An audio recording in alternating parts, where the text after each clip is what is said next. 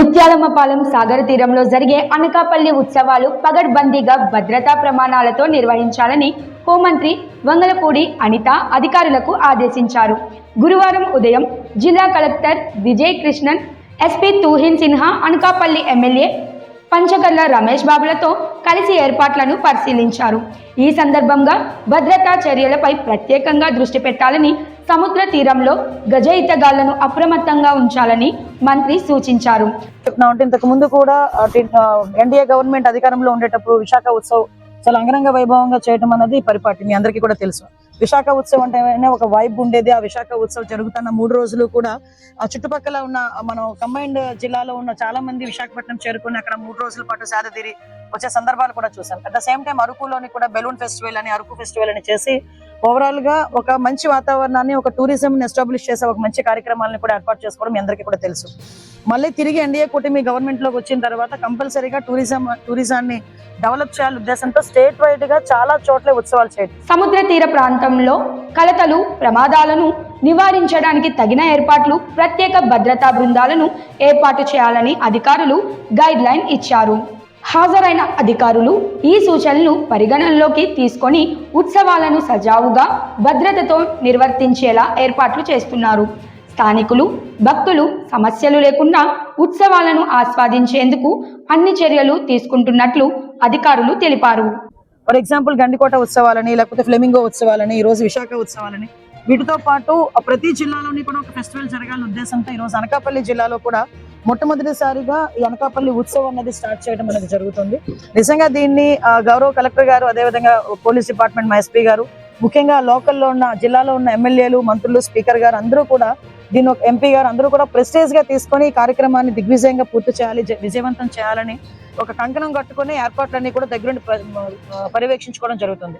మీరు ఒకసారి అబ్జర్వ్ చేసుకుంటే మొన్న రీసెంట్ గా స్పీకర్ గారు అయ్యన్ పాత్రి గారు కూడా వచ్చి ఒకసారి అందరితో మాట్లాడి మంచిగా చేయాలని చెప్పి వెళ్ళటం, అదేవిధంగా కలెక్టర్ గారికి, అదేవిధంగా మన ఎస్పీ గారికి అందరికీ కూడా లోకల్ టాలెంట్ ని మీరు సపోర్ట్ చేయండి అని చెప్పి వైజాగ్ కలెక్టర్ గారికి కూడా లెటర్ పెట్టడం ఇవన్నీ కూడా మీరు చూస్తున్నారు. ఈ రోజు దీనిలో ప్రత్యేకంగా భాగంగానే మీరు అందరూ కూడా చూస్తే యాక్చువల్ గా మనకి బీచ్ అంటే వైజాగ్ బీచ్, తర్వాత సూర్యలంక బీచ్, అన్నిటికీ మించి ఇంకా అందమైన బీచ్లు మనకు ముత్యాలంపాలెంలోని, అదేవిధంగా రేవుపాలవరం లాంటి విలేజెస్ లో కూడా అంతకన్నా మంచి బ్యూటిఫుల్ బీచెస్ ఉన్నాయి. వీటన్నిటిని ఎస్టాబ్లిష్ చేయాలనే ఉద్దేశంతోనే first of all Mutyalampalem beach లో ఒక మంచి కల్చరల్ యాక్టివిటీస్ చేయాలి. ఈ బీచ్ చాలా మందికి ప్రపంచానికి చూపించాలి. అదేవిధంగా మన అనకాపల్లి జిల్లా ప్రజలందరూ కూడా ఉల్లాసంగా, ఆనందంగా ఉండాలనే ఉద్దేశంతో ఈ రోజు అనకాపల్లి జిల్లాలో 4 చోట్ల ఈ కార్యక్రమాలు ఏర్పాటు చేయడం జరిగింది. అందులో భాగంగానే ముత్యాలంపాలెం గ్రామంలో ఇక్కడ ఒకటి, అదేవిధంగా కొండకర్ల ఆవ మనందరికీ తెలుసు.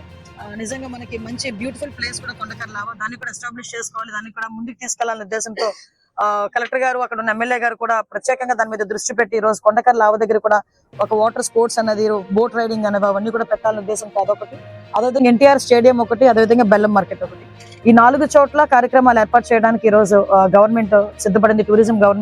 Tourism department సిద్ధపడింది.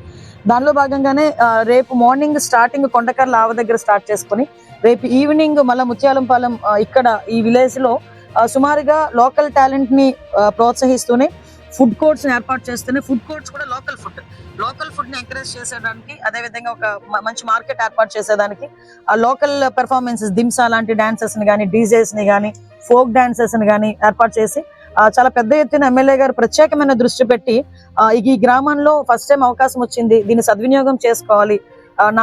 నా నియోజకవర్గ ప్రజలే కాదు, అనకాపల్లి జిల్లాలో ఉన్న ప్రజలు, చుట్టుపక్కల జిల్లాలో ఉన్న వాళ్ళందరూ కూడా ఇక్కడికి వచ్చి చూడాలనే ఉద్దేశంతో ప్రత్యేకంగా దృష్టి పెట్టి క్రాకర్స్ ఒకవైపు, అదేవిధంగా మనకి గీతా మాధురి గారి కాన్సెప్ట్ ఒకటి, అదేవిధంగా జబర్దస్త్ టీం వాళ్ళని కూడా ఇక్కడికి తీసుకొచ్చి ఇక్కడున్న ప్రజలందరినీ కూడా అలరించడానికి, ఒక హ్యాపీ ఎన్విరాన్మెంట్ క్రియేట్ చేయడానికి సిద్ధపడ్డాం. అట్ ద సేమ్ టైం మనకి అనకాపల్లిలో కూడా రేపు ఈవినింగ్ కార్నివాల్ ఒకటి ఏర్పాటు చేశాం.